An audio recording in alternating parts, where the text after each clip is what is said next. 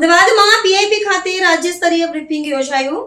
પશ્ચિમ એશિયાના સંકટ સામે ગુજરાતના ઉદ્યોગો સુરક્ષિત હોવાની તંત્રએ આપી ખાતરી. અમદાવાદમાં પ્રેસ ઇન્ફોર્મેશન બ્યુરો દ્વારા આયોજિત મહત્વપૂર્ણ પત્રકાર પરિષદમાં પશ્ચિમ એશિયામાં સર્જાયેલા ભૌગોલિક અને રાજકીય તણાવને પગલે ગુજરાત પર તેની સંભવિત અસરોની સમીક્ષા કરવામાં આવી હતી. રાજ્યના ઉદ્યોગ અને ખાણ વિભાગના અધિક કમિશનર કેસી સંપત અને ગુજરાત રાજ્ય પેટ્રોલિયમ નિગમના વરિષ્ઠ ઉપાધ્યક્ષ દીપેન ચૌહાણે સંયુક્ત રીતે આ પરિસ્થિતિ અંગે સત્તાવાર વિગતો રજૂ કરી હતી. બ્રીફિંગ દરમિયાન સ્પષ્ટ કરવામાં આવ્યું હતું કે આંતરરાષ્ટ્રીય સ્તરે પ્રવર્તી અનિશ્ચિતતા છતાં ગુજરાતમાં અને ઉર્જાનો પૂરતો જથ્થો ઉપલબ્ધ છે અને પુરવઠા સાંકળ નવીરત રાખવા માટે તમામ જરૂરી વ્યવસ્થાઓ સુનિશ્ચિત કરવામાં આવી છે.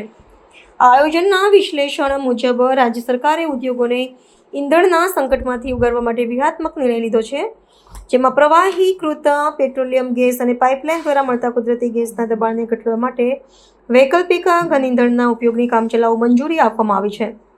ગુજરાત પ્રદૂષણ નિયંત્રણ બોર્ડ દ્વારા 3 માસ માટે આપવામાં આવેલી આ છૂટછાટથી ઔદ્યોગિક એકમોને રાહત મળશે અને ઉત્પાદન પ્રક્રિયા પર કોઈ વિપરીત અસર નહીં પડે. અધિકારીઓએ ખાતરી આપી હતી કે અત્યાર સુધી રાજ્યમાં કામદારોની છટણી કે ઔદ્યોગિક ગેસના પુરવઠામાં કોઈ કાપના બનાવો નોંધાયા નથી, જે રાજ્યની આર્થિક સ્થિરતાનું પ્રતીક છે. હાલની પરિસ્થિતિમાં જે રીતે સિટી ગેસ ડિસ્ટ્રીબ્યુશન કંપનીઓને સરકારશ્રીના આદેશ અને સહકારથી કામ કરવાની તક મળી છે, એનો પૂરેપૂરો ફાયદો કસ્ટમરો સુધી પહોંચાડવામાં આવી રહ્યો છે. સરકારશ્રીના આદેશ પ્રમાણે જે કોમર્શિયલ સેગમેન્ટના સેક્ટર છે, તો કોઈ બી જે તે તમારી સીજીડી હોય એનો સંપર્ક કરો તો સીજીડી પોતે બી પૂરેપૂરા પ્રયાસથી આપને બને એટલો જલ્દી પાઇપ નેચરલ ગેસ આપવા માટે પ્રયાસ કરી રહી છે. જે મેજર ઇન્ડસ્ટ્રીઝ છે એ જે છે એમનું કામકાજ ચાલુ છે. માત્ર કેટલાક ઉદ્યોગો જે છે એ એમના રિડ્યુસ કેપેસિટીઓ પર કામ કરે છે.